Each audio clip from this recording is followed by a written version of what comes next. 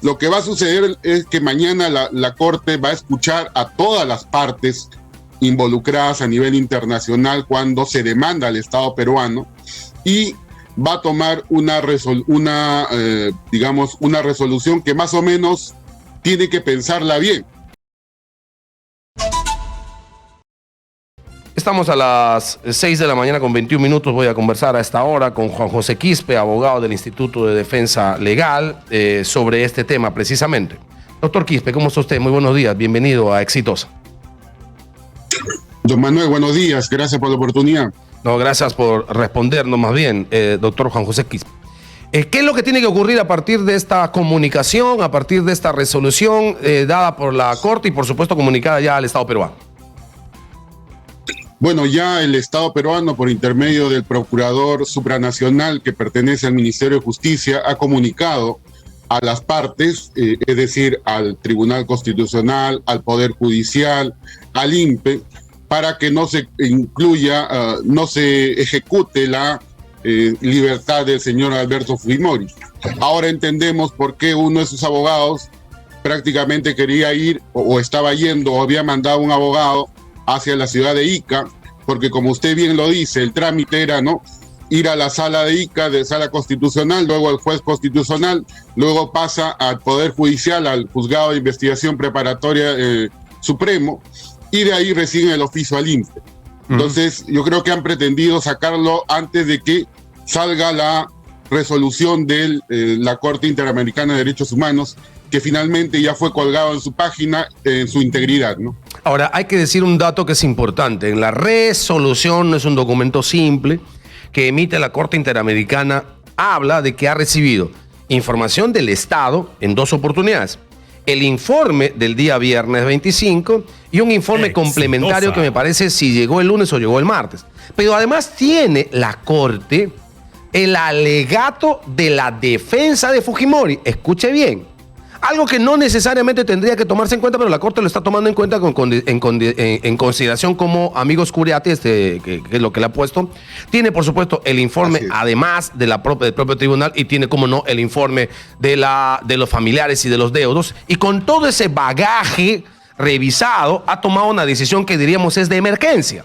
Porque la decisión sobre la medida provisional la va a tomar el día de mañana. Y sobre eso quisiera que nos explique, doctor Juan José Quispe. O sea, hay una sesión para el día de mañana en la que se va a ver el tema de medidas provisionales según esta resolución. ¿De qué se trata? ¿A qué llama medidas provisionales la Corte? ¿Y qué es lo que puede ocurrir? ¿Qué decisión podría tomar la Corte el día de mañana? Mire, la Corte tiene esa facultad de poder, usted sabe que a nivel internacional, a diferencia de un proceso penal peruano, hay partes. Y ya lo dijo usted, una de las partes son los abogados de las víctimas, la otra parte es la Comisión Interamericana de Derechos Humanos y la tercera parte es el Estado peruano representado por el Procurador Supranacional. Si el señor Nakazaki u otro abogado quiere sentarse en primera fila o quiere participar del Zoom, lo único que va a hacer va a participar como oyente porque no es parte en el proceso, a diferencia de un proceso penal.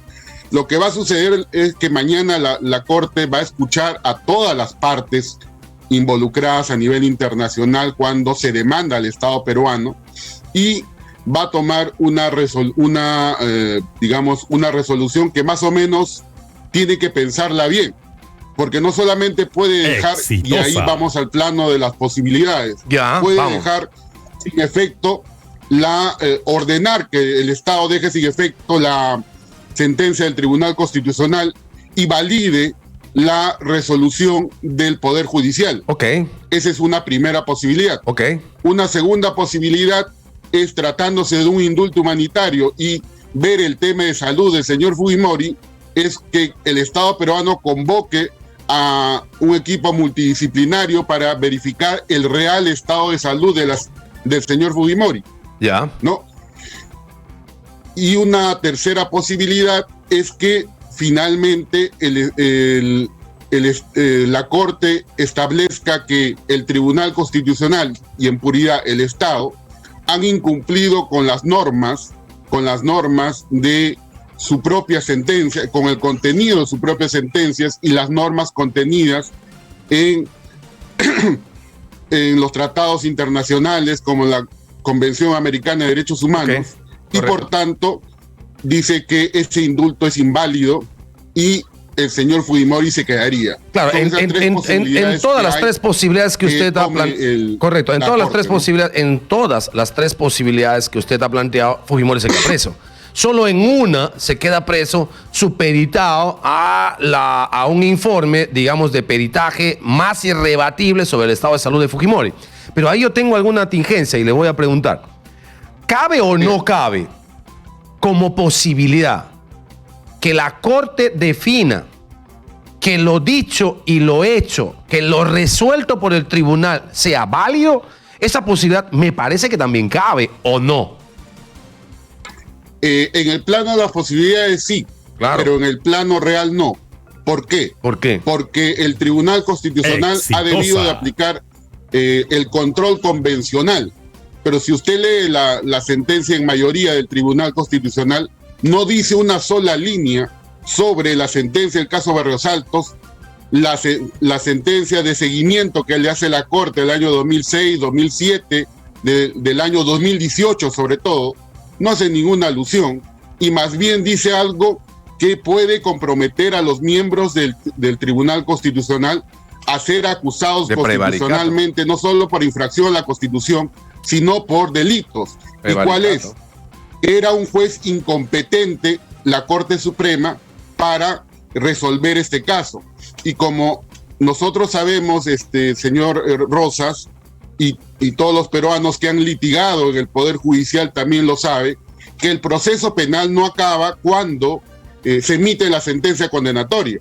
El proceso penal acaba cuando se rehabilita el acusado y paga su reparación civil de manera, digamos, en la medida de sus posibilidades. Correcto. Entonces, si el proceso penal todavía está en trámite y hay un juzgado de ejecución, ¿por qué el Tribunal Constitucional dice que es un proceso donde la parte civil ya acabó su participación cuando se emitió la sentencia? Claro. Ahí le corta también derechos a la parte civil, ¿no? Una cosa final, porque me gana el tiempo, doctor Juan José Quispe.